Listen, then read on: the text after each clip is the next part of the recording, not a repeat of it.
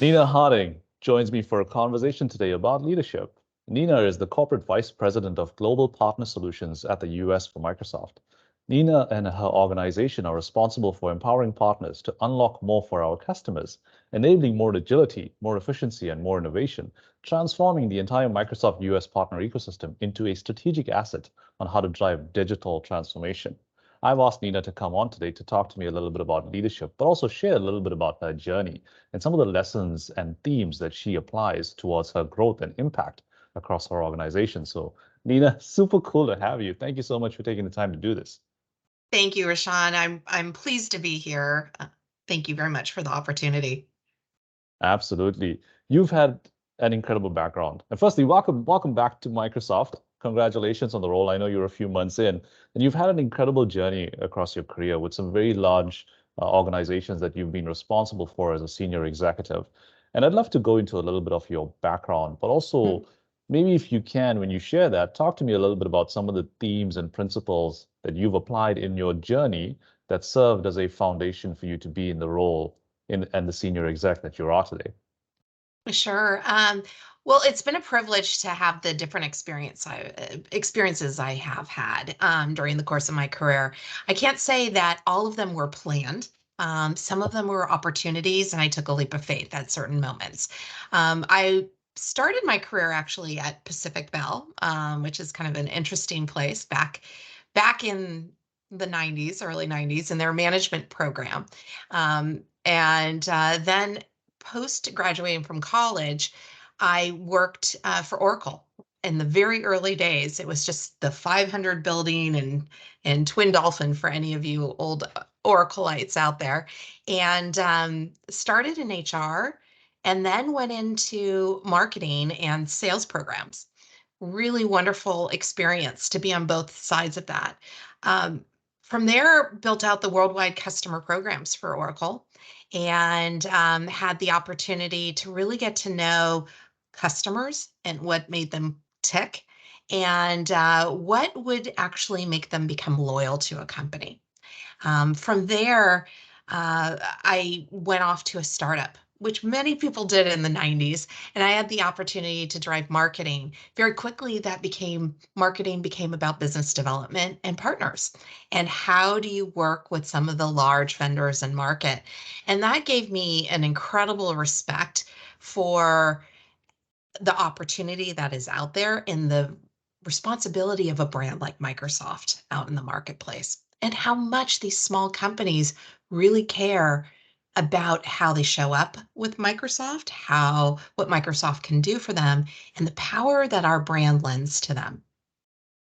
We had the opportunity there to build out the demos that launched all of Universal Server technology in the market, which, for those that are a little bit more technical, that was the first time we introduced complex data into databases. Now, that really dates me in some ways, right? The fact that it was the first time sound and image and those types of things were out there. But business people are having a hard time understanding why that would matter.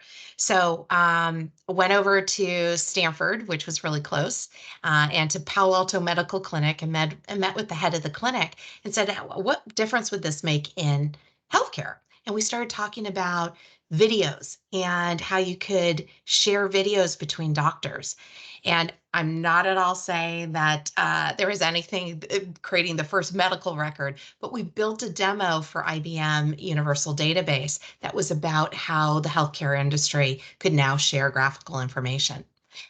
Did that across multiple industries. So kind of fun to think outside of the box. What's different? What's innovating? And what really could inspire the entire market of the avalanche of what complex data could really mean to businesses.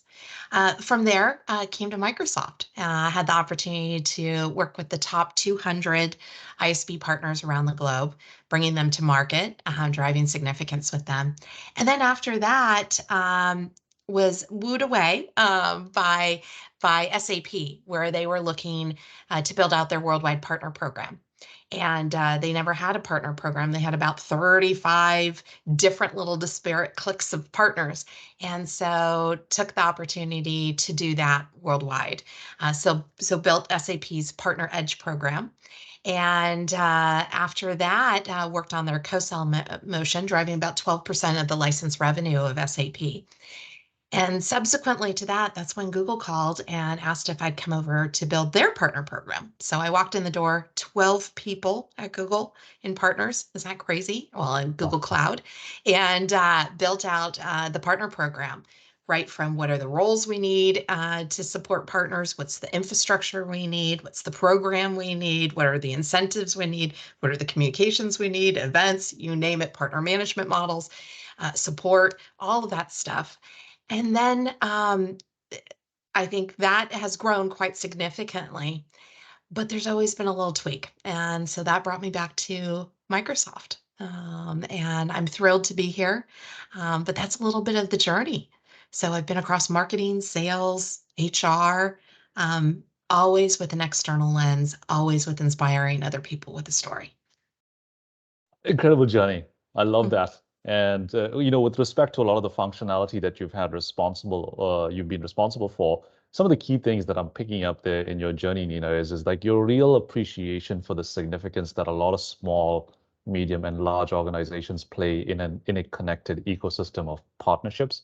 In addition to that, we talked a lot about the innovation that you've carried along with you in terms of the ideas that you brought to the table and you brought to life and that creativity that is inspired by true partnerships. But then also there's a people element along with it, where you've been able to activate a lot of individuals and groups and organizations around you to ensure that that partnership and that innovation was kind of full circle, if you will, across all the organizations that you've been responsible for. And one of the things you mentioned when you first started back at Microsoft, and I think you wrote about this as well, was translating the impossible into possible by meaningful partnerships. And I've had a chance to really have a little bit of a chat with your team in my research prior to this, and a lot of people were saying that you really live up to that. You really kind of role model what that impossible into possible actually means and what a true partnership actually means. I'd love for you to share a little bit with me around what that means and what are some of the kind of themes you drive to activate the reality of that. Yeah. Well, I think a lot of people talk about partnership, and we use the word partnership pretty freely, I think, in our language, right? And it's not until you really understand the essence of what partnership can really mean that I think you get the balance and the trust that's formed in a partnership. I think to really talk about where I went from becoming a leader of partners to really being a partner leader really comes with a personal experience. So, if you will indulge me, I'll share a little bit about that, and then you'll Anything. understand the conviction behind it. In 2008, I had the wonderful pleasure to go to Jamaica with my family for a family reunion over Thanksgiving. But 8 days after I came home, this little mosquito bite that I had picked up, the a virus. That virus attacked my spinal cord, and at T2 and below, I was rendered paralyzed. I was in the ICU unit at Stanford for over 2 weeks, an episode of House for sure, and finally released after about 6 weeks, being told I was never going to walk again. That's a pretty scary moment in Right. anyone's life. And what does that mean? Not being able, T2 is, your chest. I mean, that I had the use of my arms, but that was about it. And trying to think outside of the box, I went to UCSF and sought a second opinion, as many of us would do, right? Hopefully, you're not going to take the first no. And unfortunately, I got a second no. Well, I don't really like the word no. And I really don't like people telling me something is impossible.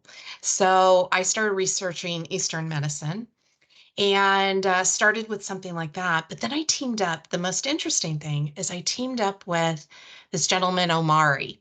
He had been an Olympian sprinter from, of all places, Jamaica. And he had studied how the foot moves and how you run to the point that he could intellectualize the moment. So what he did is he helped me rewire from my brain to my body what I needed my body to do so I could imagine it being possible in a new way. Together with Omari, I started to move a toe. Together with Omari, I started to be able to walk. Together with Omari, I got to being able to do a jumping jack. And for those of you that don't think a jumping jack is hard, a jumping jack is next to impossible when you've been paralyzed. But what he taught me is something that no doctor, nobody else was teaching me. I reached out to someone that had expertise in a different way. And together, one and one just didn't equal two. It equaled the impossible. It equaled an 11. We made something that everyone told me, the best experts at Stanford, the best experts at UCSF, they told me impossible. And he, together with my outlook, made it possible. So when I talk about the art of the possible, it's from that place of courage, of listening, of being open to other perspectives, to welcoming other people in, and to learning from others and asking for help. That's really important. So when I talk about partners and I work with the partner ecosystem, I come from a place of trust. I also come from a place of trying to listen and understand what is it that is unique about your business? What differentiates you from the next partner? And why would I come to you? And why would I send our customers to you so that we together don't equal one plus another partner, two, but we can create 11. And that is the power, I think, of partnership and believing in making the possible out of what sometimes looks a little impossible. I gotta tell you, like, thank you so much for sharing that. Thank you so much for feeling so comfortable and being that vulnerable, right? You're lighting up my energy right now, and I'm sure it's doing the same thing for a lot of the organizations and the people and the businesses you're responsible for.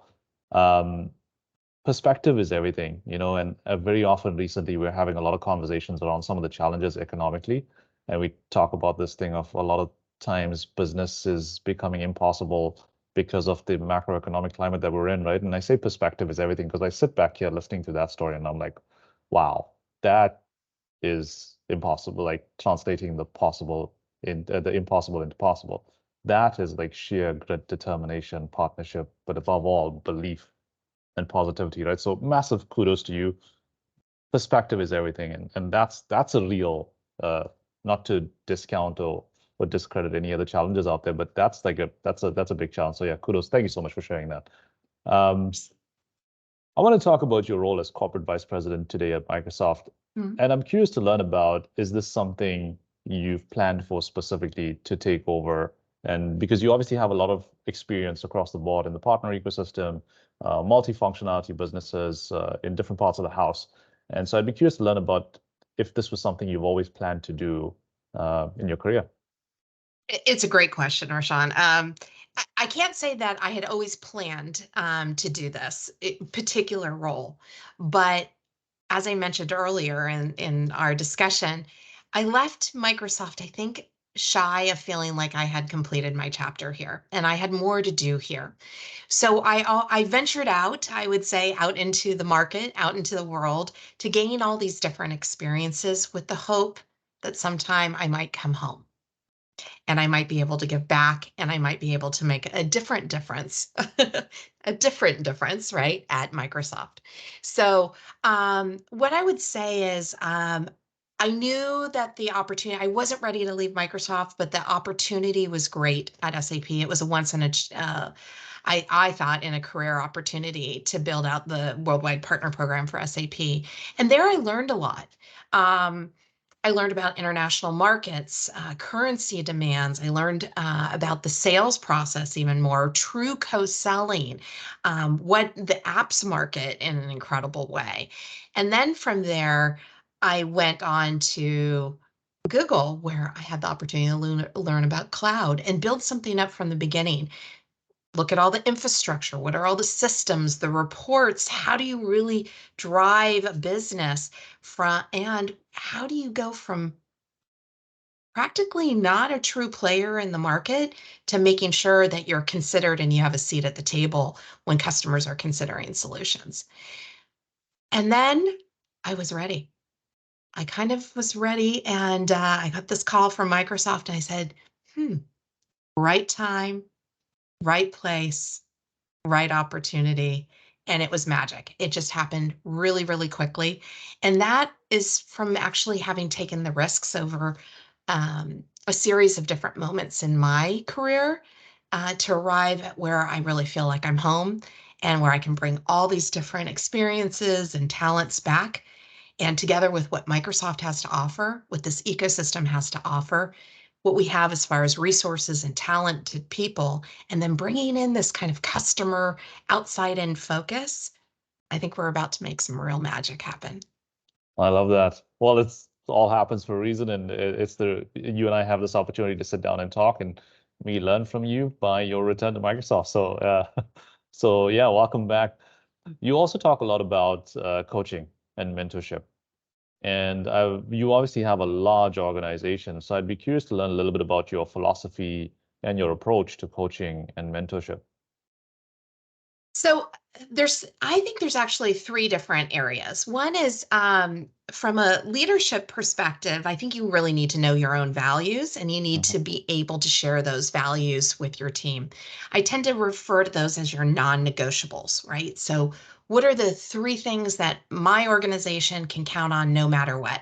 They know I will never compromise on family. I look at our team as a family. That means everyone has a voice. We're all sitting around the dinner table and we're all coming up with solutions together, but then we walk out united as one. It also means there's balance, right, in your life. I talk about integrity. Do what you say what you're going to do. And it's really wonderful that that maps up with Microsoft's values as well. The third is learning. I much prefer the person that's curious, that wants to grow, wants to try new things. So, setting that tone, I think, is really important in leadership. And as I've come through, believe it or not, I did that exercise back at the very beginning when I was at Oracle, probably in 1995. I had the opportunity to do a values discussion. That has been a guiding light through my entire career. So it doesn't matter if you're a senior executive or you're a first line manager, knowing your values and being able to communicate those with others so they know what they can count on with you, absolutely critical. But in addition, I know you asked about mentors and about sponsors and coaching. One of the best exercises is something I learned at Kellogg in the business school, and I'll forever thank Kellogg for this, but it's an exercise and I use it all the time. When you walk out from a meeting, just after the meeting, you walk with someone, and if I were the presenter, Rashawn, you would ask me, "Hey Nina, what did you think went well?" And I'd share with you what I think went well. And then you would share what you thought I did well. Awesome, right? Reinforcement. And then you would ask me, well, Nina, what did you learn or what could you do differently next time? And that's the coaching moment. And so I self-examine what I could do better or differently. And then, Rashawn, you would share that with me. And what is so great is it doesn't matter if it's peer to peer, it's manager um, and your employee, or it's executives helping each other. It's the same thing applies. I love it when folks on my team do that to me. To me, that shows courage and they want to see me be the best that I can be. So, coaching is an everyday, all day, every meeting opportunity. It is not a review period opportunity. The second thing is finding your sponsors. That's different than, I would say, your mentors. Your sponsors are people that will advocate for you. Who's going to help champion your work? Who is looking out for you from evangelizing? Who is Nina Harding? What does Nina Harding bring to the table? And that they will show up and be a light for you in maybe different rooms or different discussions that you are not present for. So, Rashawn, I encourage people to find, in particular, those advocates for themselves. And mentorship, always. It's a gift. Having someone give you feedback. The most critical feedback has been the best feedback. It's been hard, but it's been the best feedback I've ever received in my life. And those are the moments that if I chose to accept and work on it, it catapulted me. It wasn't a step forward, it was a leap forward. I love that. Thank you so much for sharing that. And it speaks volume to a lot of your experience and everything you've shared earlier on, and just in terms of the impact that you've been driving across all these big companies, and then also being approached for a lot of these roles that you've been in to go and command and control the businesses that you're responsible for. And I know I got to let you go soon, but I'm going to ask you one last question, and it might be a little bit of a unreasonable question, but I'm going to ask it anyway. Yeah. What's next for you, Nina? Well, what's next is we're going to make magic happen here at Microsoft. I'm so excited with the team that is here, the resources that we have, the products and solutions that we have to offer the market.